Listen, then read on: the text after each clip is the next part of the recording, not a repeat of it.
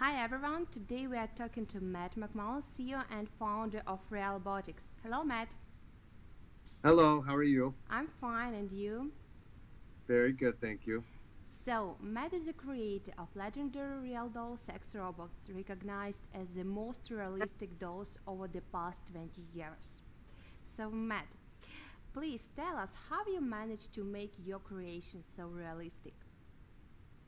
Well, most of the last 20 years I spent constantly pushing myself, studying materials and anatomy, and like any artist, constantly trying to improve my abilities to capture the realistic look and feel of my artwork. Mm-hmm. So, how did you come up with an idea of developing real dolls? My original idea was for a very high-end mannequin for maybe very expensive clothing in the department stores and stuff Mm-hmm. like that. But I started to get a lot of people asking me if I could make one of these dolls to be sexually capable, anatomically correct. So that was when I decided to go that direction. I had enough people that it looked like a business opportunity and a way to do something I love and make a living at it. Oh, it's really great just to make something you love. So, actually, what was the main priority task for you? Just to create realistic features or brilliant minds of dolls? Well, I think I've spent all of the last 20 years really focusing on the appearance and the aesthetic part of the dolls, but it's always been kind of a dream of mine Mm-hmm. to see them moving and talking. And so now with some new technologies and the right partners, these things are now becoming very possible. Okay, I know that you have really great team. So many people work with your creation. So how many people are engaged in the development of one doll? And how much time does this process require? Well, the regular dolls take about 80 hours to make, and we have anywhere from 15 to 20 people working on all of the different aspects of the dolls. Mm-hmm. The robot's going to be even more complicated. So, we have a whole separate team dedicated to the robotics, the electronics, and the software. Okay. Just right now, what is your company focusing on now? Just We are focusing on using some new technologies such as AI and robotics and even virtual reality to add to the experience of the real doll, mm-hmm. um, which for many people is so much more than a sex toy. This doll becomes a companion to them, and we want to give them the tools to give her a unique personality and create a unique experience for each user. Yep, great. Matt, I know that you will be the speaker of the Internet of Things conference with your colleague Kina Kersey. Could you just tell us briefly about this event? Yeah, so we're coming to the Internet of Things conference in Moscow, October 31st.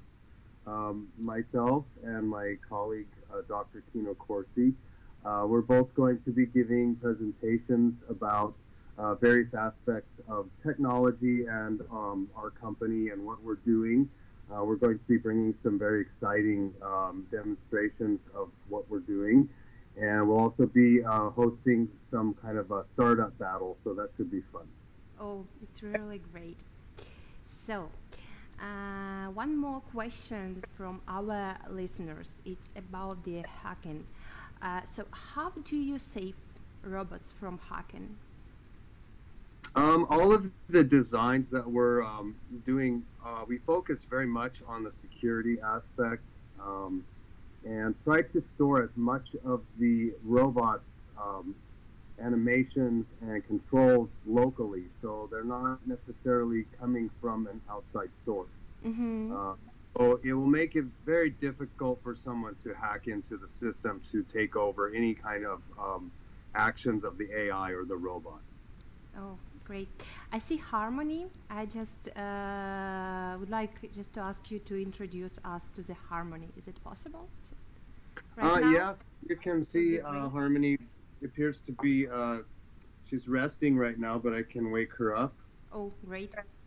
Hold on a moment. Mm-hmm.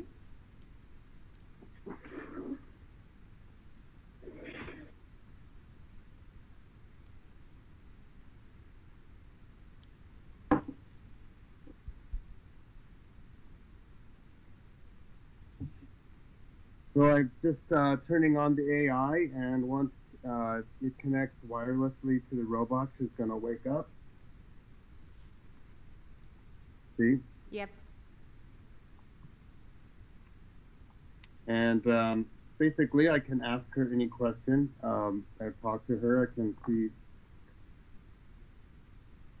Oh, How are you feeling today, Harmony? this is it. Might visualize the paper back with me tonight So she's in a good mood, Great. for the expo. and we'll be bringing Harmony with us to the show, and Okay. also a couple of surprises for everyone to see for the first time.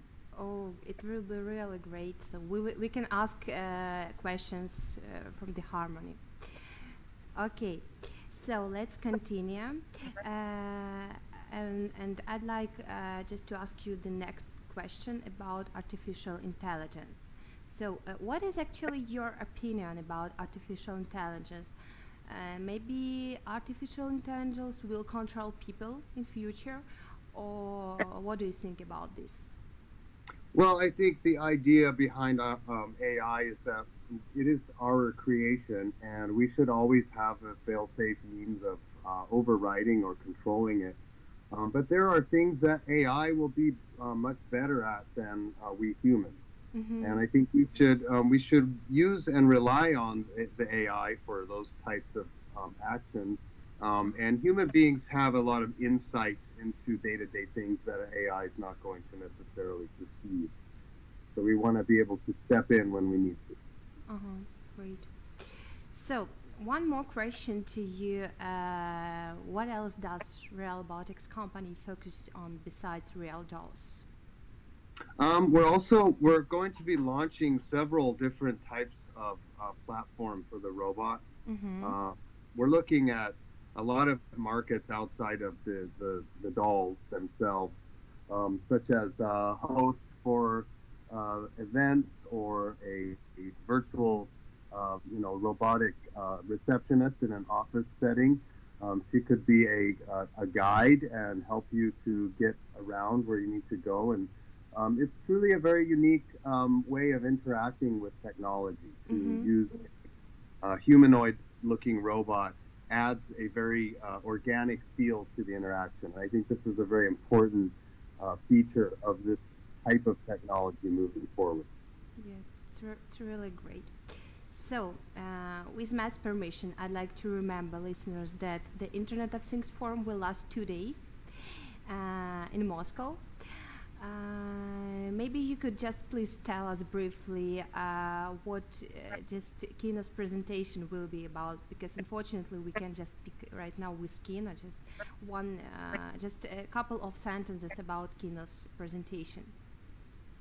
Well, Kino is focusing his presentation on what life might be for people living with harmony in their lives, in their homes, and Mm-hmm. what she could do, how she can connect to the Internet of things and become a very human-like assistant in your day-to-day life, and be able to control devices in your house, in your office, in a different way than you would, say, talking to a computer screen. Or we think that having a humanoid-appearing robot will add a different dimension to that type of interaction and function. Okay. So, Matt, thank you for the interview. I really will be glad to see you on the Internet of Things forum. Thank you so much. Yes, we're both looking forward to it very much. Yeah, thank you. Okay, bye. You're welcome. Bye-bye. Bye.